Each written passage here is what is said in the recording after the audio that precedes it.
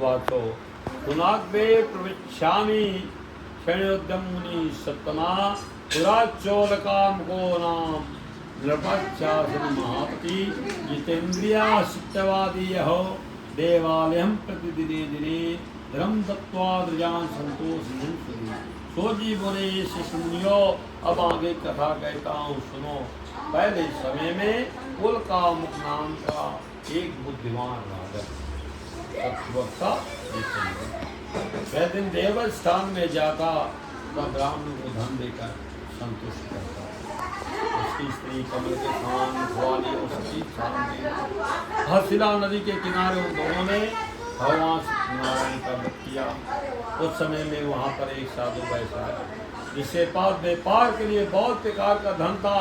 नौकों को किनारे ठहरा कर राजा के पास गया और व्रत करते हुए देव साथ पूछने लगा, हे राजन, भक्ति किससे आप क्या कर रहे हैं? मेरी सुनने की इच्छा है, आज मुझे बताए। राजा बोले, साधु, अपने बंधु बंधुओं के साथ पुत्राज की प्राप्ति के लिए यह महाशक्तिमान सत्यनारायण भगवान का पूजन तो वह पूजन किया जा रहा है। राजा का वचन सुन साधु आदर से बोला, हे राजन, मुझसे यह संविधान को मैं तुम्हारी कथन के अनुसार करूँगा। मेरे भी संतान नहीं है और इससे निश्चय होगी। राजा ने संविधान से उन व्यापार से निवृत्त और नंद के साथ घर गया। साधु ने अपनी स्त्री से संतान देने वाले व्रत का समाचार सुनाया। कहाँ जब मेरी संतान होगी तब व्रत होगी। साधु ने ऐसा अपनी स्त्री लीलावती से कहा। एक दिन उसकी स्त्री लीलावती पति के साथ आनंदित तो संसारिक धर्म में प्रवृत्त हुई। भगवान सत्यनारायण की कृपा से गर्भवती हो गई। 10वें महीने में उसके कन्या का जन्म हुआ। दिन दिन वह इस तरह बढ़ने लगी जैसे शुक्ल पक्ष का सीमा बढ़ता है। कन्या का नाम कलावती रखा गया। लीलावती ने मीठे शब्दों में स्वामी से कहा, हे स्वामी, आपने संकल्प किया था मैं भगवान सत्यनारायण का व्रत करूँगा। अभी आप पूरा कि भगवान ने हमारी कामना तो पूर्ति कर दिया है।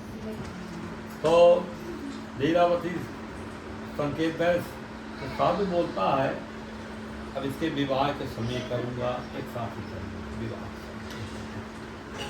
सफेद व्रत करूँगा। अपनी स्त्री को आश्वासन दे नगर को गया। कलावती चित्रगृह में वृद्धि को प्राप्त विवाह बड़ी होगी। कलावती बढ़ने लगी। जैसे कलावती धीरे धीरे बढ़ने लगी, तब बड़ी हो गई। साधु ने नगर में सखियों के साथ कन्या को देखा तो तुरंत ही उधर बीच में दूध बुलाकर भेजा। कन्या के विवाह के लिए साधु की आज्ञा पाकर दूत कंचन नगर को गए। दूत वहाँ एक वैश्य के पुत्र को लेकर आ गया। साधु ने सुंदर गुणयुक्त वैश्य को देखकर जात और बंधुओं सहित संतोष विद के अनुकूल अपनी कन्या को उसके साथ विवाह कर दिया। रक्त से विवाह के समय साधु करना भूल गया। इसी कारण भगवान सत्यनारायण रुष्ट हो गए, नाराज हो गए।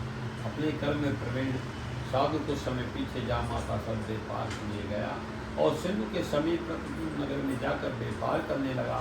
उन दोनों के राजा कुंतीत के नगर में पहुंचने पर भगवान सत्यनारायण ने उसको प्रतिज्ञा में देकर श्राप दिया कि साधु को अत्यंत आनंद मिले।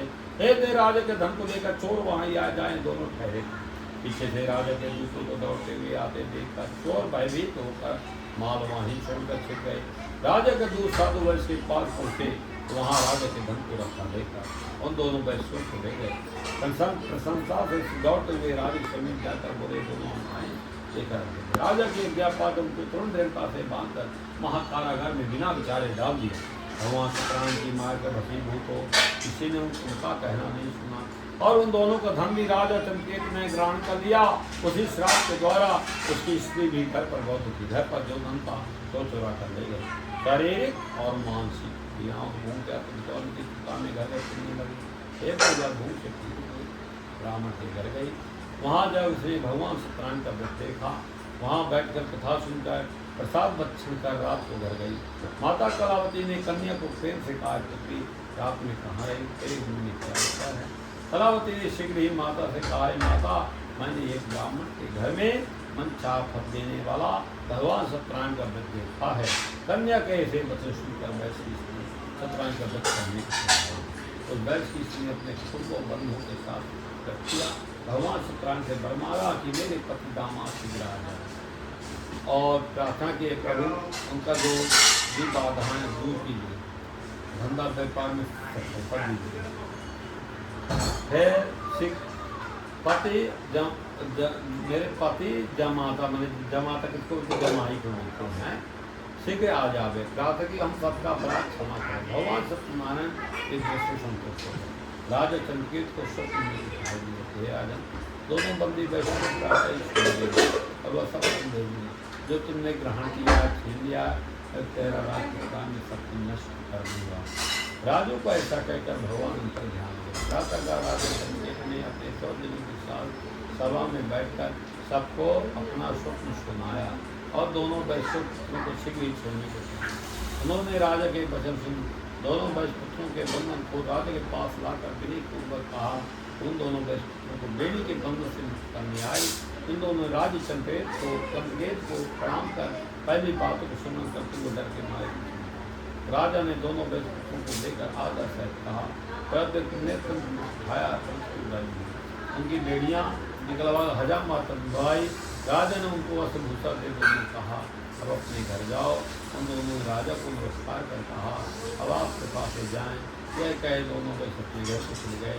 इस संत पुराने देवक ने 17वें अध्यायाम 3 अध्याय समाप्त हो। सत्यनारायण भगवान भगवान की जय।